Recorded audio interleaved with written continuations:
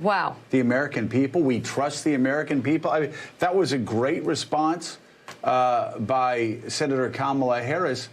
And I just say it, just a sad and pathetic defense put forward by Mike Pence, who said of this White House super spreader event, oh, well, we respect the American people to make their own choices. But Mike, how can the American people make their own choices if you keep lying to them? How can the American people make the right choices, Mike, if Donald Trump knows in February that this is a deadly infectious disease, 5 times as deadly as the flu, he said, so deadly that it even impacts younger people. But Mike, if you lie and you keep lying repeatedly to the American people, if you tell the American people that it's only one person coming in from China and it's going to be gone in late February, Mike, like after you've been told and your president has been told by AIDS that 500,000 Americans could die from this disease. You've been told by the National Security Advisor that this is the greatest threat that Donald Trump will face in his presidency.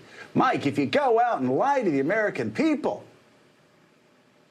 how are they going to have the information they need to make those right choices? You held a super spreader event on White House grounds. People hugging and kissing each other and embracing each other. Like, seriously? Like COVID didn't even exist. Do you not understand, Mike, that you guys looked like you were from another planet, and not a planet that any of us would want to visit unless we wanted to end up wheezing like Donald Trump after walking up a couple of flights of stairs? Not a planet that we would want to visit unless we wanted to say goodbye to our parents who were dying in the hospital over an iPhone, instead of having the opportunity to do what I did when both my mom and dad passed away, being able to be by their bedside and hold their hands and gently talk to them in their final moments on this earth, trying to bring them whatever comfort I could bring them. I got to do that. But Mike, a lot of people didn't. And a lot of people didn't because you lied through your teeth. And Donald Trump lied through his teeth about the deadliest pandemic to face this country in over 100 years. Oh, come on, Mike. This is about the American people making their own choices.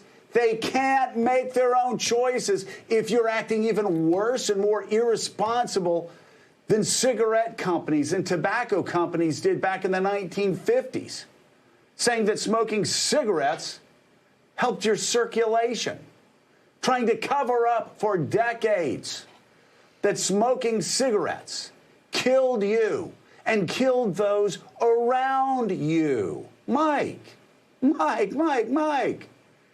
you trust the American people, you and Donald? No, you don't.